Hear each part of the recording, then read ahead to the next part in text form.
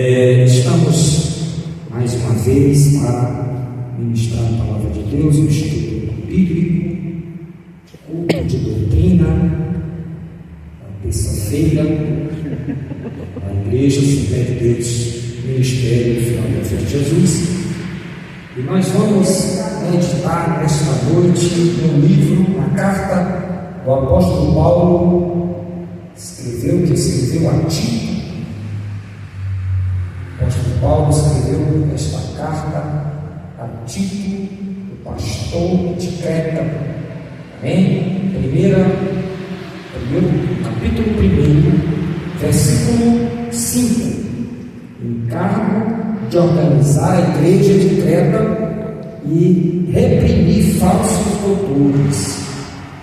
Amém? Diz assim a palavra de Deus. Tito, capítulo 1, versículo 5. Por esta causa te deixei em Creta, para que pusesses em boa ordem as coisas que ainda restam, e de cidade em cidade estabelecesses presbíteros, como já te mandei. Aquele que for irrepreensível, marido de uma mulher, que tenha filhos fiéis, que não possa ser acusado de dissolução, nem são desobedientes.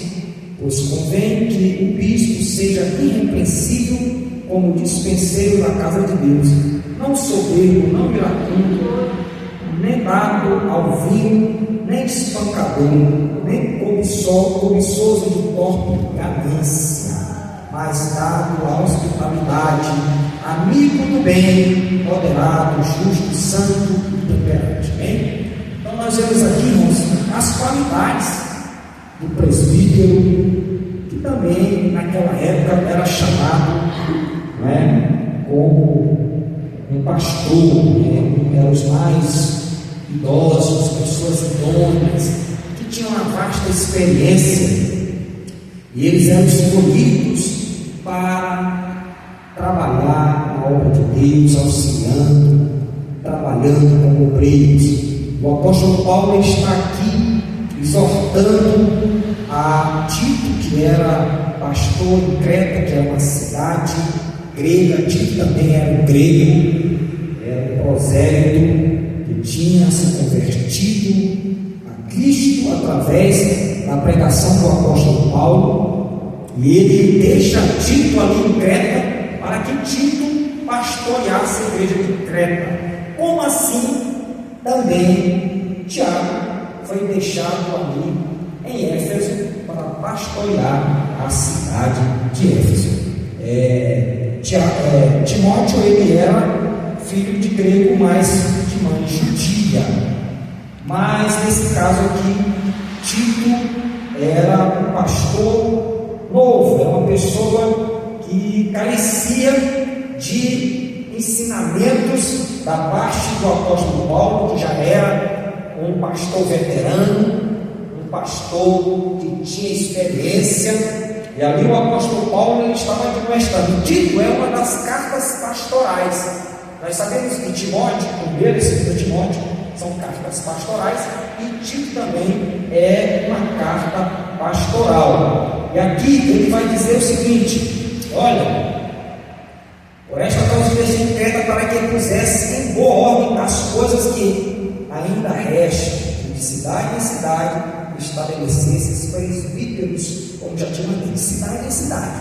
Ou seja, ele ia, pregava o evangelho, e ali onde se formava um grupo, uma congregação, ele estabeleceria presbíteros, como nós hoje fazemos. Nós somos pregadores do evangelho, como pastores, como obreiros, como evangelistas, como missionários. Nós que estamos pregando a palavra de Deus, muitas vezes nós chegamos em uma determinada cidade, em um determinado estado, e ali a gente junta um grupo de pessoas, e ali nós vamos preparando pessoas daquela localidade, daquela região, daquela cidade, e depois daquela pessoa estar já bem arraigada, bem estruturada, nós podemos deixar ela para tomar conta daquela obra, porque é mais prático. É melhor você deixar alguém que é do local, da localidade, que já mora ali, do que mandar um obreiro da cidade ou de outro estado para aquele local. Se nós tivermos pessoas capacitadas, é melhor a gente deixar ele ali. Agora, claro que tem as qualidades, as qualificações. Nós não podemos colocar qualquer pessoa para ser um obreiro, qualquer pessoa para estar na frente de uma obra.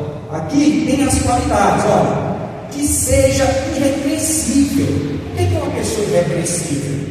É uma pessoa que ele anda sempre na direção das coisas de Deus, que anda sempre na direção das coisas cotidianas, compra e paga, é assíduo, é uma pessoa que é bem quisto na sociedade, na sua rua, no meio da sua família, é uma pessoa conselheira, que tem ali um conselho amigo, de um conselho de Deus, uma pessoa irrepreensível que os seus vizinhos podem olhar nele ou nela e dizer ali, eu tenho uma pessoa que eu posso me aconselhar, porque ele é irrepreensível. Ele é uma pessoa que ele não vai ser chamado a atenção por causa de um erro, por causa de um vacilo.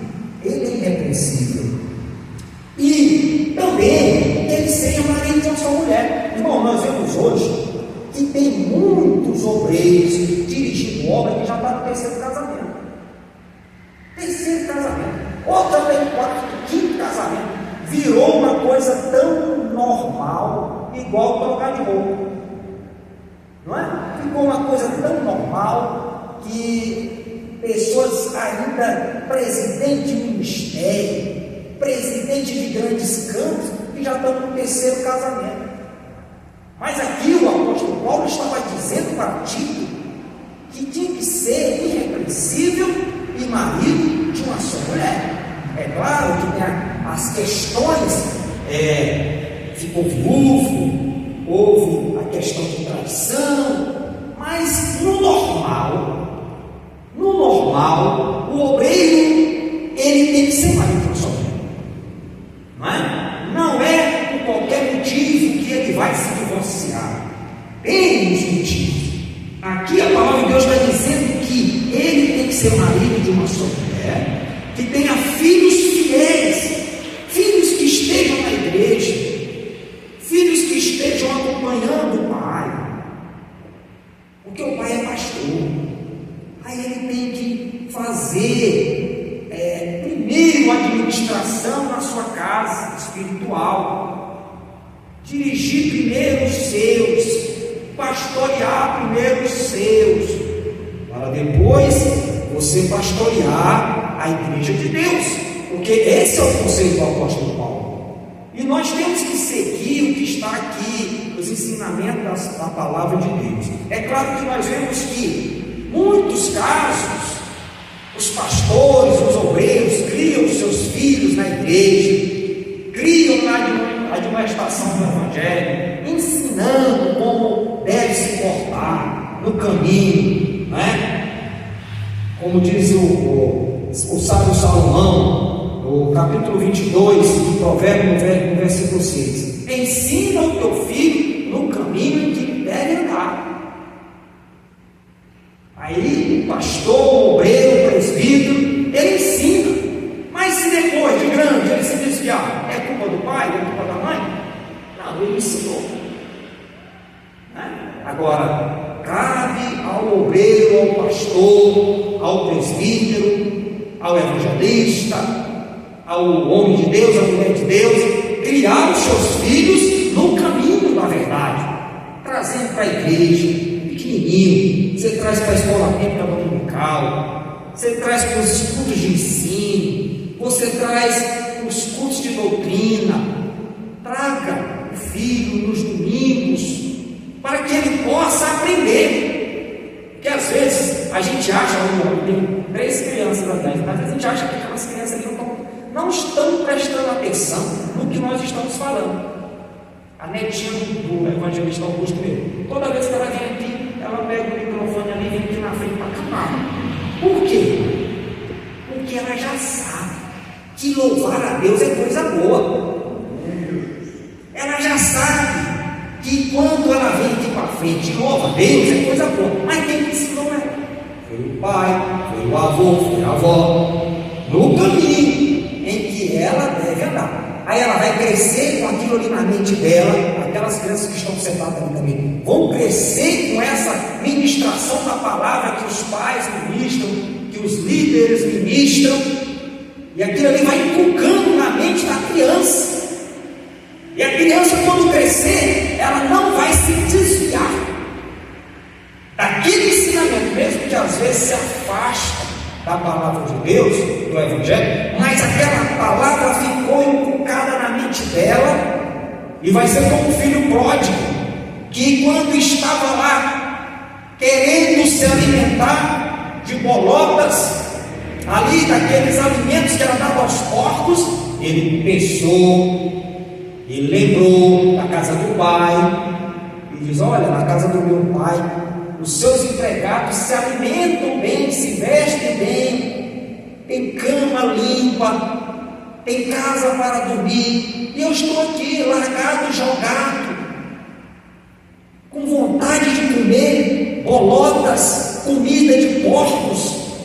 E para um judeu, não é? Estar ali misturado com porco era algo abominável, porque os judeus, eles consideram a carne de porco uma carne que não é apropriada para a sua alimentação. E aí ele pensou assim: eu vou voltar à casa do meu pai e vou dizer para ele: olha pai, peguei contra o Senhor e contra Deus e contra o Senhor, não sou digno mais de ser chamado teu filho, mas me recebe pelo menos como um dos teus trabalhadores. Ou seja, ele retornou à casa do pai. Então, quando nós ensinamos os nossos filhos, mesmo que eles venham se desviar, em determinado momento da sua vida, eles vão retornar para a casa do pai, porque os pais não vão deixar de orar, os pais não vão deixar de interceder pelos seus filhos de forma alguma, os avós também não vão deixar de interceder pelos seus netos. Então, quando nós estamos na direção do Espírito Santo, aí o Espírito Santo de Deus vai lá e convence aquelas pessoas que estão afastadas do caminho do Senhor. Nós não podemos, meus amados irmãos, desistir. Não podemos desistir de forma nenhuma. Às vezes vão vir conversas contrárias dizendo: não desista, ele não vai mais retornar, ele não tem mais jeito. Tem jeito sim, para Jesus tem jeito. Então, o versículo 5, ele vai dizer que todos os ministérios pastorais devem ter como base a mensagem de Cristo, conforme pregada pelos apóstolos.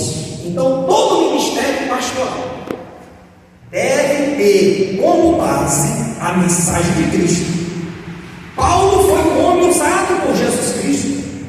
Paulo foi um homem usado pelo Espírito Santo de Deus.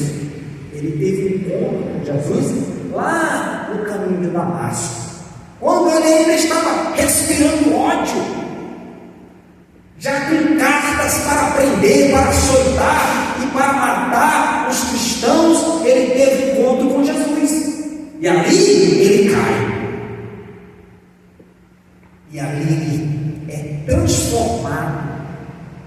Todos nós tivemos esse encontro com Jesus quando nós estávamos escravizados. O Senhor Jesus, ele nos alcança através da pregação do Evangelho. E um dos responsáveis para que esta pregação do Evangelho chegasse até nós, brasileiros, foi este apóstolo chamado o apóstolo Paulo, o apóstolo dos gentios, um homem que se dedicou integralmente à obra de Deus, à obra da pregação do Evangelho, à obra missionária, à obra pastoral. E aqui ele vai dizer o seguinte: isso quer dizer que devem fundamentar-se no padrão apostólico. O ministério é autêntico somente à medida que conserva a palavra fiel, de conformidade com o ensino do Novo Testamento. Então, se este evangelho que nós pregamos, ele não se amolda ao evangelho pregado aqui, conforme a palavra de Deus, se nós pregamos outro evangelho que não seja este evangelho pregado por Jesus Cristo, pregado pelos apóstolos de Jesus Cristo, é anátema. Como está escrito lá em Gálatas capítulo 1, que se nós pregarmos outro evangelho que não seja o evangelho de Jesus Cristo, que seja considerado anátema. Então, meus amados irmãos, nós temos que seguir conforme foi deixado pelo nosso Senhor e Salvador Jesus Cristo. Ele diz mais, outra característica, que não possam ser acusados de dissolução, nem são desobedientes. Que nós não possamos ser acusados de dissolução, sermos obreiros dissolutos, obreiros problemáticos, obreiros desobedientes, homens e mulheres também, membros congregados. Hoje tem pouca gente aqui. Aqui tem mais obreiro hoje, né? A maioria aqui é obreiro. Então, que não possamos ser desobedientes nem dissolutos, porque convém que o bispo seja irrepreensível como dispenseiro da casa de Deus. Quem quer ser dispenseiro da casa de Deus? É ter um coração para receber, para adorar, para ajudar.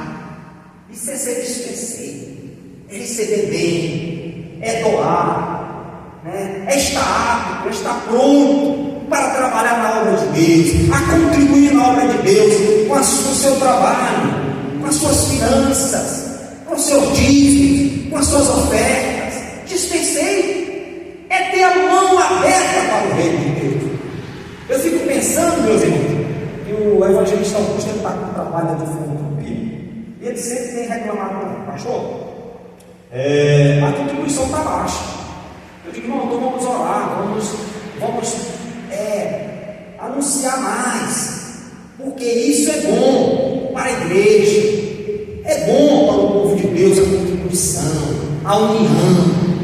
A gente pegar o envelope, colocar lá a nossa contribuição, para entregar, para que o servo de Deus possa fazer bom uso. Como, pastor? Ajudar uma família, ajudar um irmão necessitado, ajudar um irmão que está precisando de algo. Isso é ser dispenseiro. E o obreiro, ele tem que ser esta pessoa, uma pessoa que tem o coração voltado para a obra de Deus, de ajudar a obra, de ajudar as pessoas necessitadas, que precisam de uma ajuda, que precisam de um auxílio. Porque muitas vezes, irmão, o pastor, o obreiro, no sentido geral, mas principalmente o pastor que está na frente da obra, às vezes chega um irmão precisando de algo, ele não vai pedir para o Augusto, ele não vai pedir para o evangelista Ailton, nem para o diácono Jonésio, nem para o diácono Paulo. Ele vai chegar para o pastor, eu estou precisando disso, daquilo, só pode me ajudar. Aí o pastor tem que dar o seu jeito para ajudar, porque o pastor ele prega o amor, o pastor ele prega, né, as coisas que traz união, que traz proteção para o ovelha. Aí o pastor, ele nunca vai dizer, ele vai dar o jeitinho, tira do bolso, tira do ministério, tira da igreja, tira da congregação, para ajudar. Isso é ser dispenseiro. Não soberbo. Pastor, eu agora, o irmão não pode mais me chamar de irmão, não, porque agora eu sou diácono.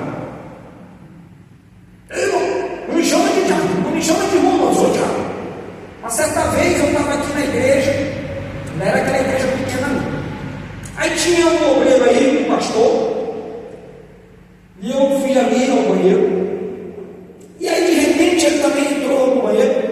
Eu fui na Pai de Som, falei assim, Pai de Som, Aí ele olhou para mim assim: pastor, o senhor tem alguma coisa contra mim? Mas, irmão, por quê? O que é isso? Aí, toda vez que o senhor me encontra, você me dá paixão, me chama de irmão.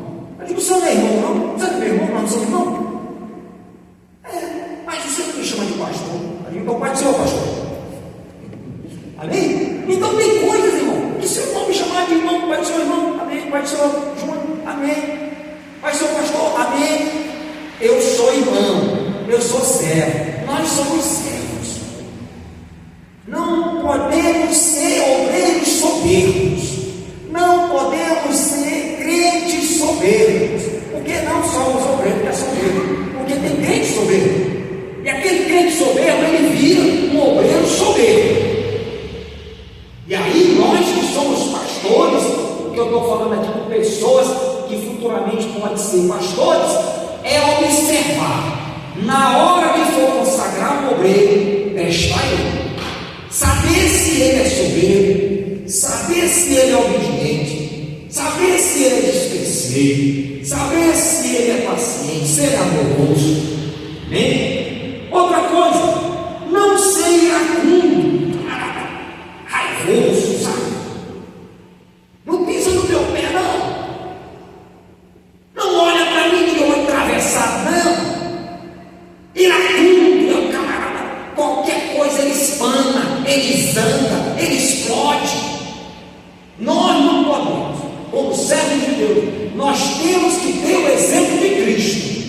Cristo foi manso, humilde de coração. Eles aprenderam de mim, porque sou manso e humilde de coração.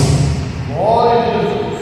Então, irmãos, se Jesus é o nosso exemplo, nós temos que ser mansos, nós temos que ser humildes, nós temos que produzir o fruto do Espírito. Aleluia. Se você quer ver um crente transformado, é aquele crente que produz o fruto do Espírito.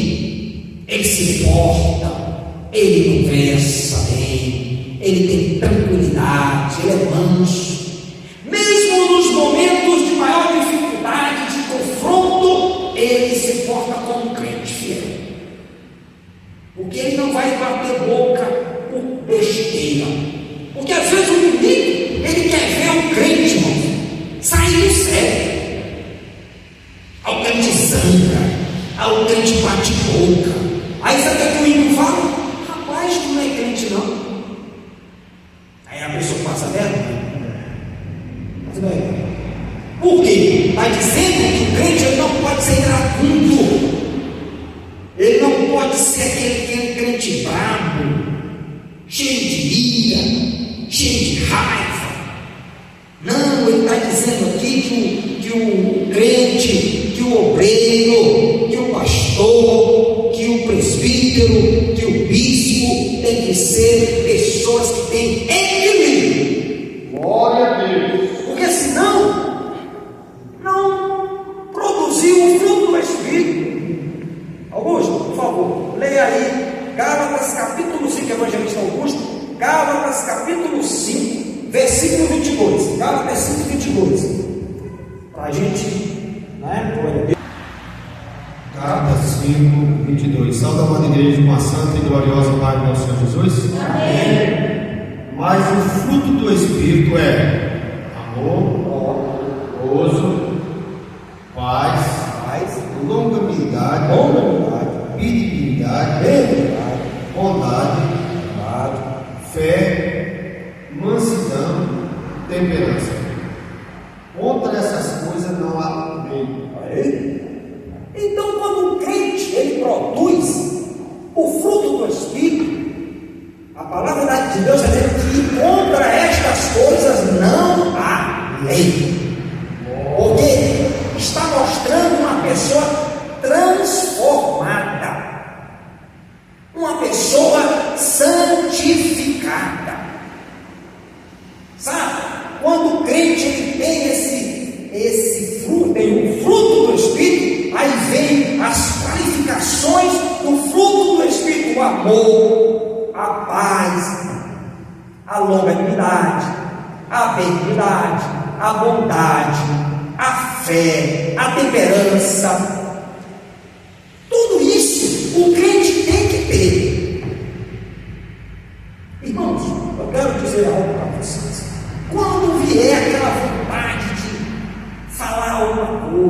alguém querer lhe enfrentar, clame o nome de Jesus na sua mente, conta até 10, esfria a cabeça e não responda, porque o apóstolo Tiago disse que nós temos que ser apto para ouvir, tardio para falar e pregar.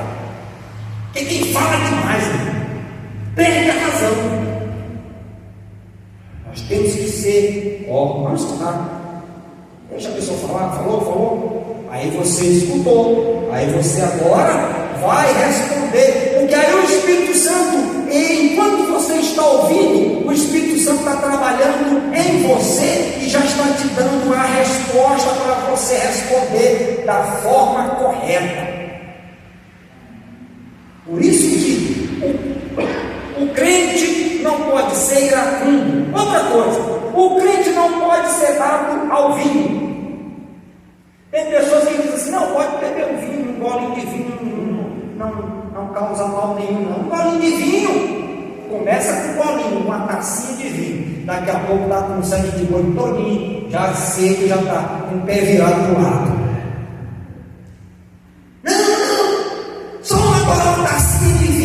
Ou só uma cervejinha sem álcool.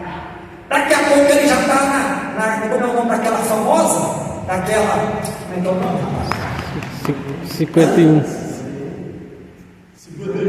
51. Já está no 51. Porque ele começou com a tacinha de vinho. Irmãos, o próprio Jesus disse para a gente fugir da aparência do mal. A pessoa começa, mas é tão docinho o vinho, e toma uma taçazinha, daqui a pouco ele não se contenta só com aquela taçazinha, toma outra, daqui a pouco já está na metade da garrafa, daqui a pouco ele já está com a garrafa na boca. O obreiro, ele tem que ter esse cuidado. O crente tem que ter esse cuidado, porque senão, daqui a pouco está lá o crente desviado, porque bebeu vinho. Vinho tem álcool. Vinho tem álcool, então a pessoa tem que ter cuidado, não pode. Tem que fugir da aparência do mal. Nem espancador não pode. Você já pensou? O crente está dentro da igreja, com a Bíblia debaixo do braço. Quando chega em casa, ele quer bater em todo mundo, ele quer bater nos filhos. A mulher está com medo também, desce um tapa na mulher, chuta o cachorro, chuta o gato. Irmãos, que crente é esse? Que irmão é esse? Que irmã é essa? Que quer entrar no céu, mas é bravo igual uma onça. Não pode, aqui está dizendo espancador. Aí você vai pegar um crente e dizer, você agora vai ser consagrado a diabo, você agora vai ser consagrado a diaconisa, mas não está exemplo. É uma pica, é um bate-boca, é uma coisa assim horrível. Então, nós temos que evitar essas contradições. Esses estudos, irmãos, é bom. Assim, quando a igreja está cheia, qualquer hora dessa eu vou fazer um encontro de casal, viu? Vou fazer um encontro de casal, vou chamar todos os casais, vou chamar jovem, vou botar tudo aqui dentro da igreja. Não vou ministrar estudo esse povo. Ministrar estudo, palavra. Isso aqui é o pastor, palavra. Que é o que nós aprendemos, é palavra, não é isso aqui. É tudão. Nós temos que melhorar o nosso posicionamento como crentes e obreiros. Nós temos potencial. Nós somos uma igreja onde os obreiros que têm palavra, têm estrutura, são homens preparados.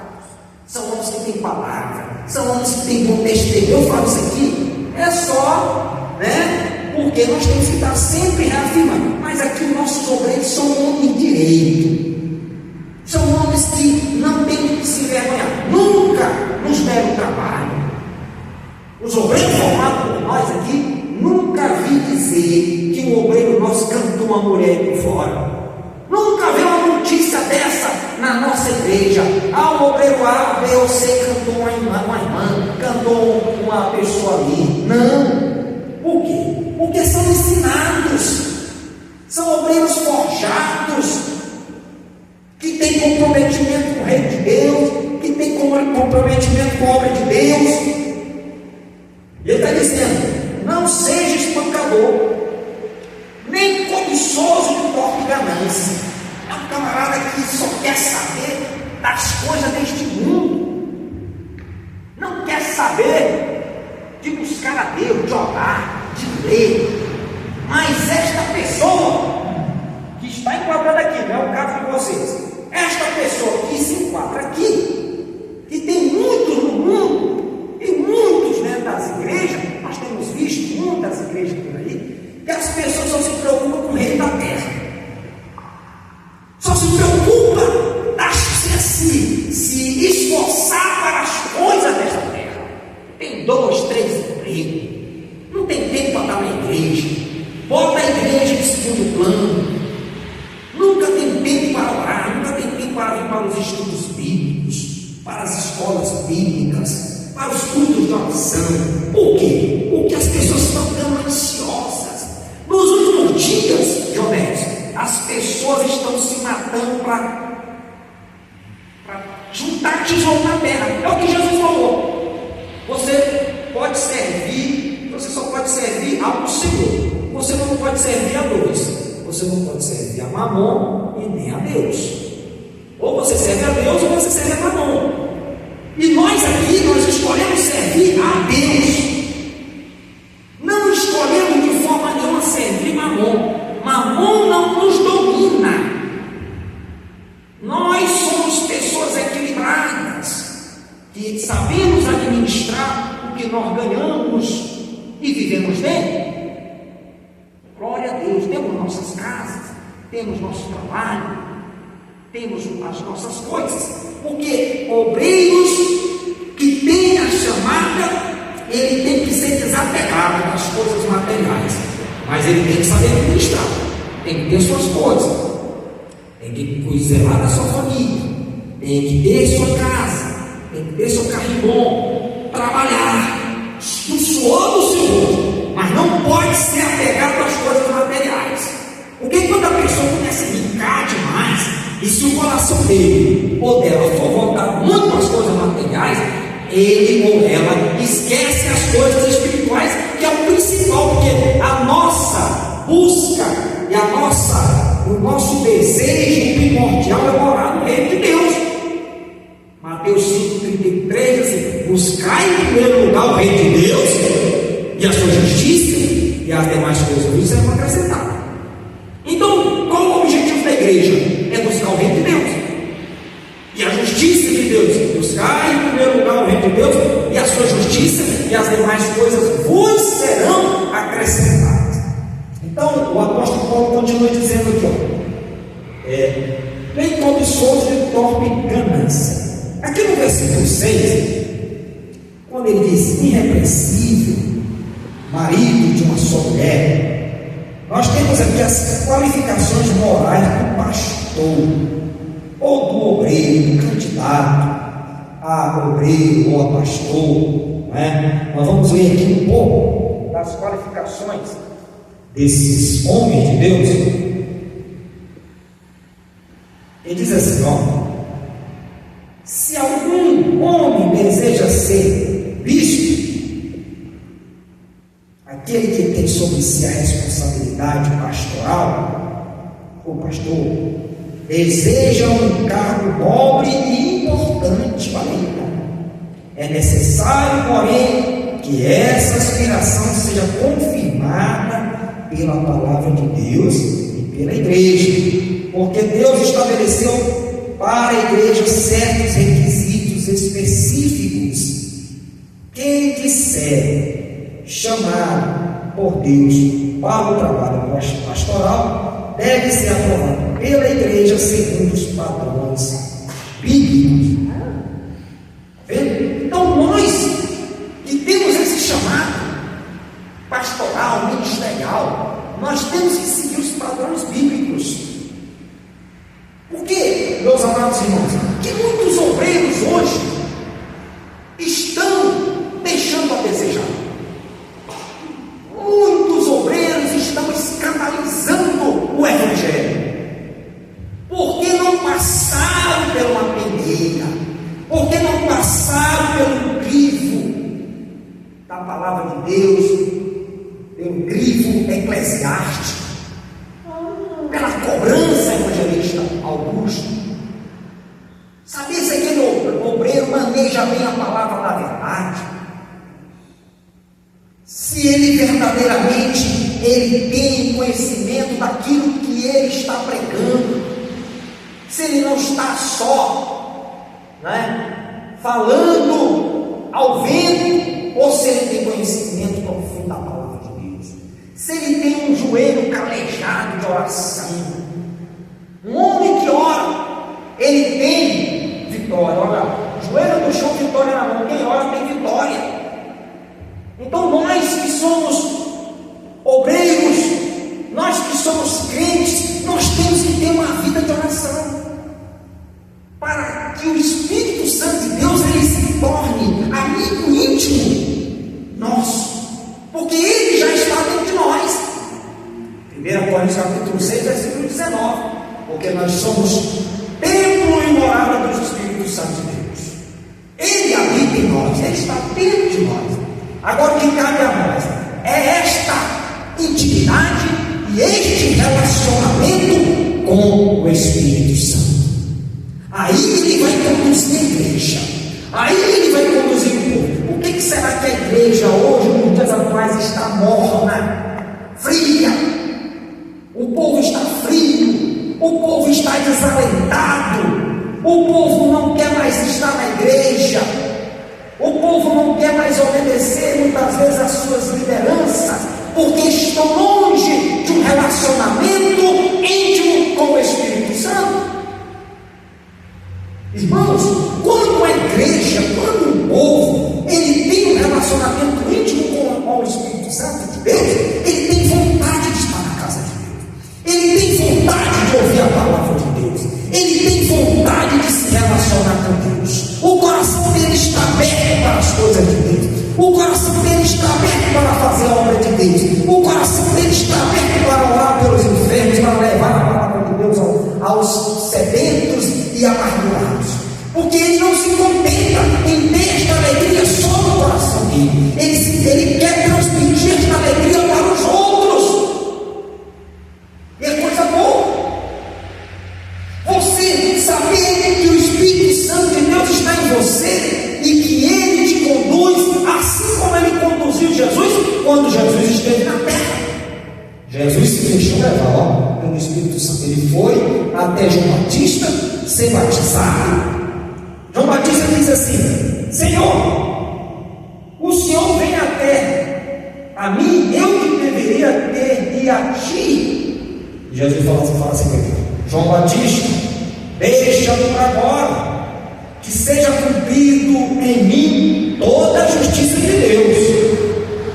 Então, quando João Batista ele batiza Jesus, aparece o Espírito Santo de Deus confirmando em uma forma corpórea de uma pomba sobre Jesus, e a voz de Deus que diz assim: este é o meu filho amado em quem eu me comprazo, e que eu sinto prazer. Olha, que coisa gloriosa. Então, por isso que nós devemos, meus irmãos, buscar.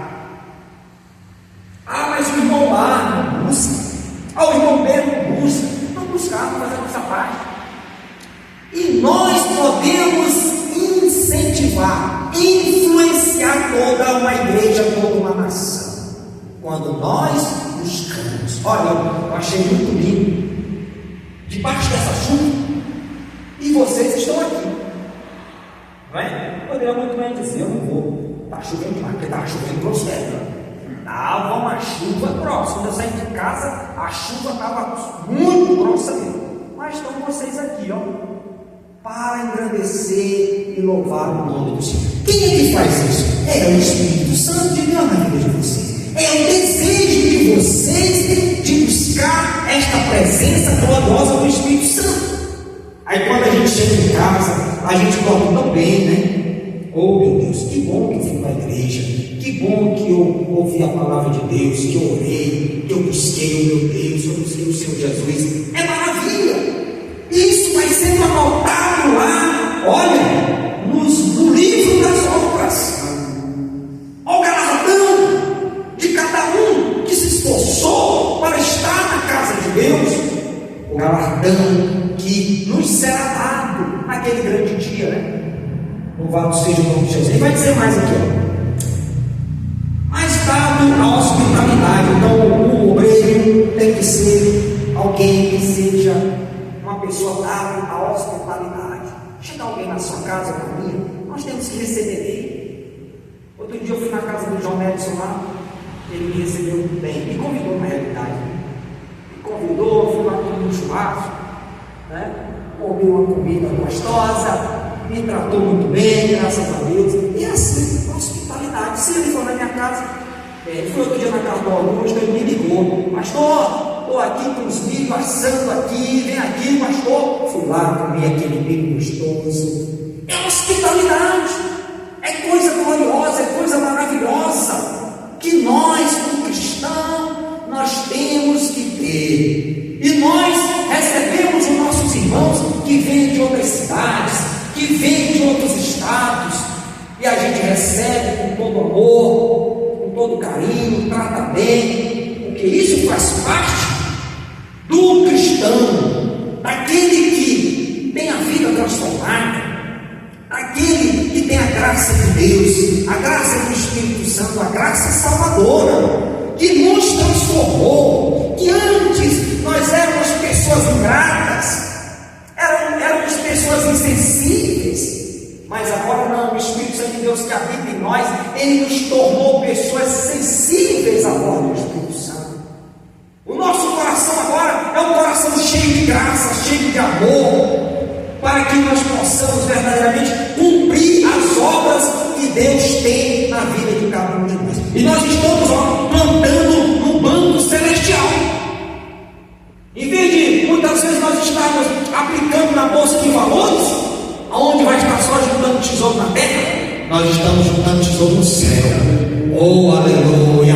Nós estamos juntando tesouro no céu, porque a palavra diz que aquele que dá um copo de água para um dos pequenininhos terá que galardão lá no céu.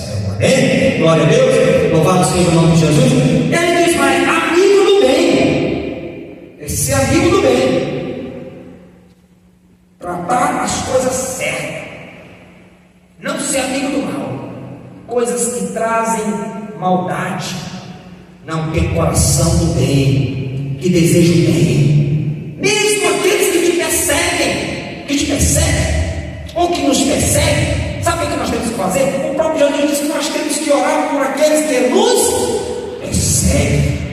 É orar. Muitas pessoas nos perseguem, sabe por quê? Porque o inimigo, ele já perdeu. O inimigo sabe que nós somos lavados e remidos pelo sangue do Cordeiro. Nós temos o selo de Cristo. Nós somos livres. Ele não pode mais nos deter, nos segurar, nos acorrentar, porque o Espírito Santo de Deus é o nosso dono. Ele habita em nós. Nós somos lavados, fomos lavados pelo sangue do Cordeiro. É coisa gloriosa. Nós sabemos que nós temos o nosso nome escrito no livro da vida. Ora, não foi o nosso dinheiro, não foi o nosso esforço que fez com que o nosso nome estivesse escrito no livro da vida. Foi o sangue de Jesus. Foi o sangue de Jesus que derramou por nós ali na cruz do Calvário, para que nós pudéssemos hoje estar aqui, louvando a Deus, com alegria, com satisfação, mesmo diante de um dia de trabalho, como teve o Augusto, que estava mexendo com construção, o diácono presbítero Adilson, que mexe com serviço pesado, o Jonetes, que é mecânico, também mexe com serviço pesado. o evangelista Laílton, que trabalha em rodoviário, trabalha em escala, mas estão aqui para louvar a Deus, mesmo diante de um dia cansativo. Mas Jesus os convidou para que eles estivessem hoje aqui, neste lugar, para ouvir a palavra de Deus e sair daqui renovados, fortalecidos pela graça do Espírito Santo. E amanhã, com certeza, será um dia de renovo na vida desses homens e de mulheres que estão aqui. Dia de renovo, dia de graça, dia de poder, porque o Espírito Santo de Deus, ele nos renova, igreja, ele nos dá alegria, ele nos fortalece, e é por isso que nós estamos aqui firmes, não é? Poucas pessoas, mas tem um Deus poderoso conosco. Aleluia. Tem um Deus poderoso conosco neste lugar. Oh, irmãos, como eu me alegro, irmão, em saber que existe um Deus tão grande, tão poderoso, que se importa conosco que estamos aqui, porque ele diz: aonde estiver 2 ou 3, ali eu estarei. Não tem doutores aqui, não tem embaixadores humanos, não tem políticos famosos, nem atores famosos de Hollywood, mas tem um povo fiel que tem mais valor do que qualquer autoridade da terra, que não se rendeu a Jesus. É isso que nos alegra, é isso que nos motiva a cada dia. E muitas pessoas não valorizam esse Deus. Eu não estou cansado hoje. Não, o dia hoje não foi bom. Irmãos, aqui é um hospital, aqui é um pronto-socorro. Quando nós estamos cansados, sabe onde nós recarregamos as nossas baterias, as nossas energias? É na casa de Deus, é na presença de Deus. O Espírito Santo, ele sonda os nossos corações, ele sabe as nossas necessidades. É o Espírito Santo. Muitas vezes nós não sabemos como orar, como pedir, e gememos com gemidos inexprimíveis, e é o Espírito Santo de Deus, ele leva até a presença de Deus, e Deus vai lá e responde o que nós estamos precisando, as nossas necessidades. Aleluia. O Espírito Santo, ele vai e leva diante do Pai. E aqui, meus irmãos, ele vai dizer mais: amigo do bem. Temos que ser amigo do bem. Não podemos ser obreiros, crentes, que estejamos no meio do mal, considerados maus, mas amigo do bem, moderado. O que é uma pessoa moderada? Uma pessoa equilibrada, moderada. Ele é equilibrado. Ele é uma pessoa que tem equilíbrio. Ele não entra em qualquer guerra. Ele se desvencilha de muitas coisas. Ele é moderado. Aquela pessoa pacificadora, moderada, tem uma palavra firme, tem a palavra conselheira, uma pessoa que tem verdadeiramente equilíbrio. Ele também é justo, ele gosta da justiça, ele não compactua com a injustiça. Uma pessoa justa é uma pessoa que ele sempre vai estar a favor do bem, do bem-estar do seu irmão, de ajudar o seu irmão, o seu próximo. Justo, nunca vai querer passar a perna no seu irmão, nunca vai querer apunhalar o seu irmão pelas costas. Não, ele é justo, ele é como Cristo, ele tem a mente de Cristo. Ele vai sempre desejar o bem. É como sempre dizia o pastor Rosalino. Ele dizia assim: irmão, se alguém chegar em você e começar a falar mal do irmão para você, você diz assim: irmão, vamos fazer uma campanha de oração por esse irmão? Vamos botar o joelho no chão? Vamos fazer uma campanha de oração? Em vez de você ajudar ele a denegrir a imagem do irmão, ou falar mal